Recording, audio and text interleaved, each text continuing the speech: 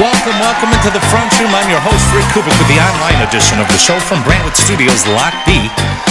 And Christmas time is here. Christmas time is here. It's upon us. Are you ready for Christmas? Do you have everything sorted?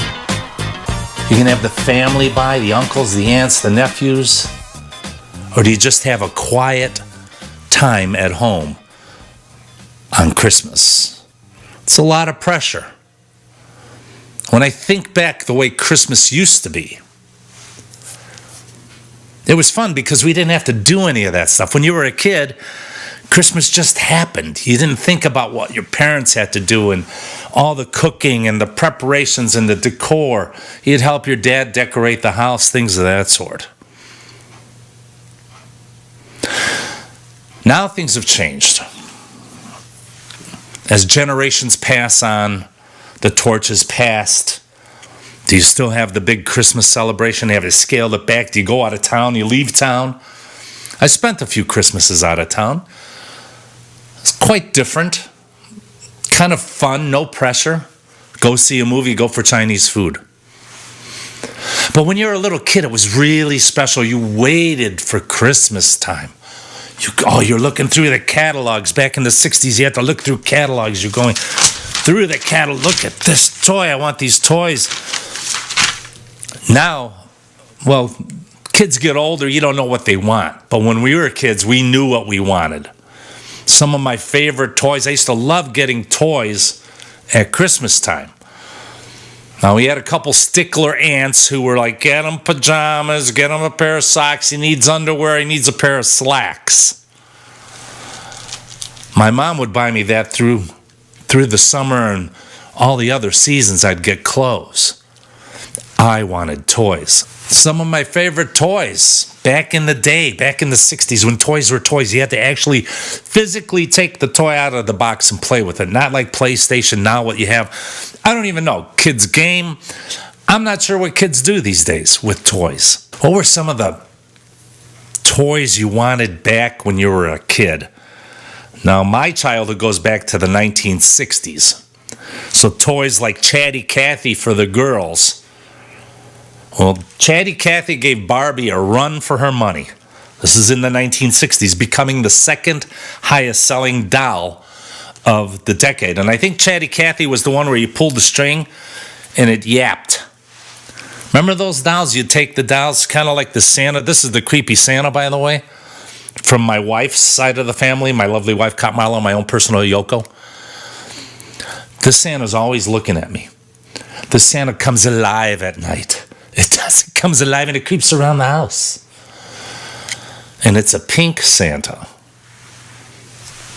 But Christmas time, some of the toys. The Ken doll for girls was popular. Barbie, Ken. Yeah, we would play with dolls. I wasn't much on dolls.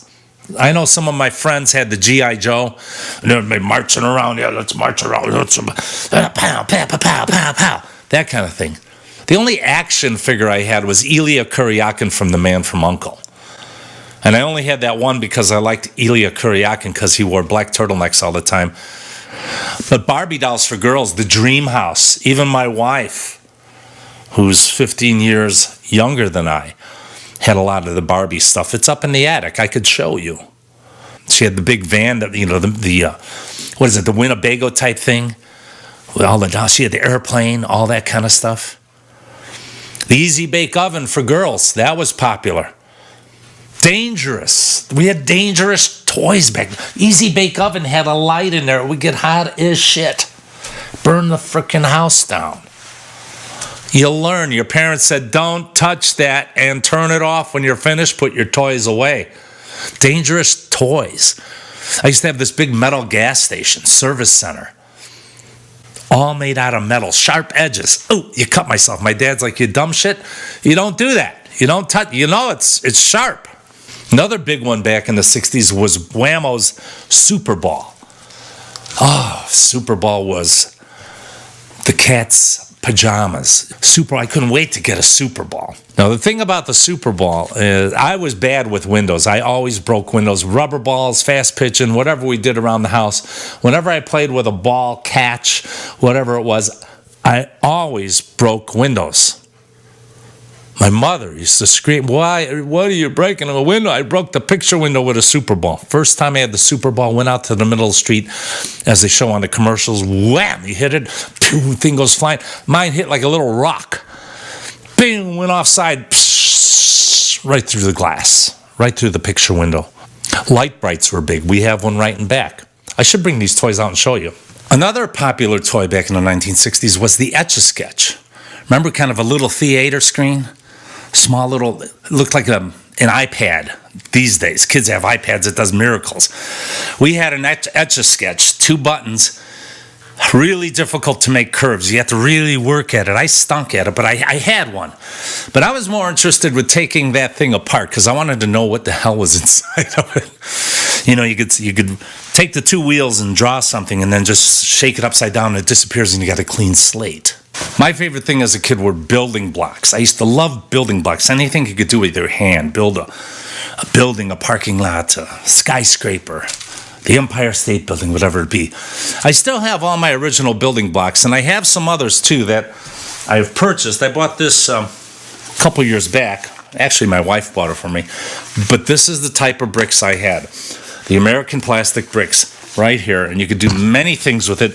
You could build a barn, you could build kind of like a marina tower thing, you could build a service station, you could build an apartment house. And I used to have quite a few. My parents would take me to Community Discount Center or Shoppers World, buy me a small set, maybe like this. Then you'd add on. Maybe the next year you'd get another one, or 6 months later, or for your birthday, you'd get another set, and you build them up, and then you had garage doors and things like that. You could pay. This one has a garage door on it, and this one's in really good shape. I got this from It's Just Serendipity in Hammond.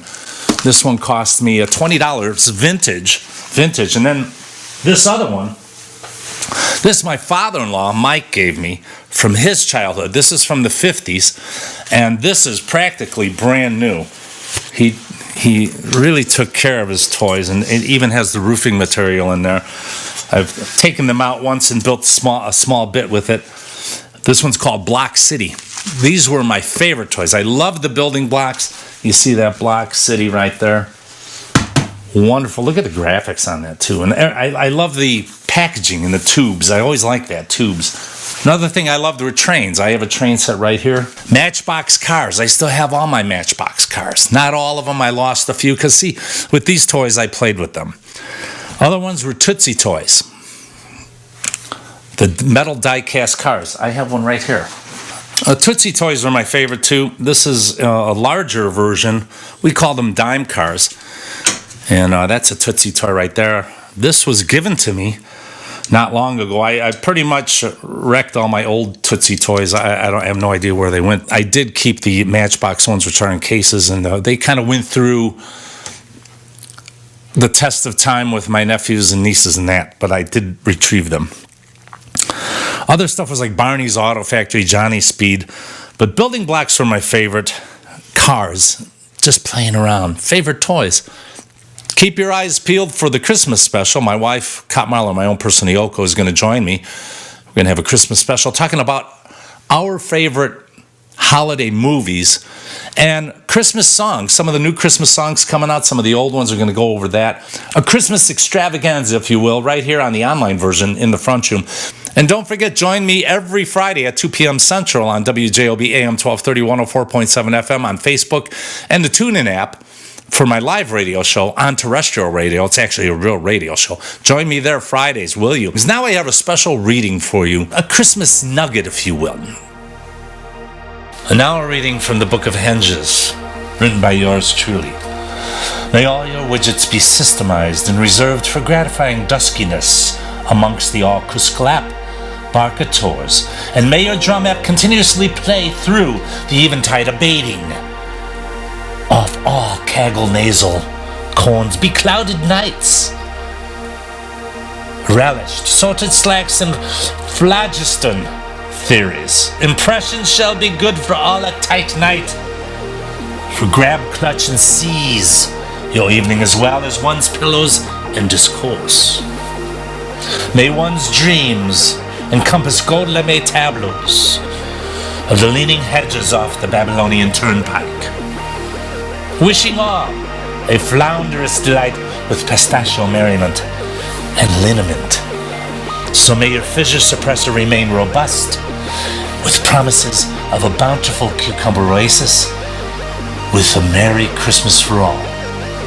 A reading from the Book of Hand Juice by yours truly, Rick Kubik, here in the Front Room.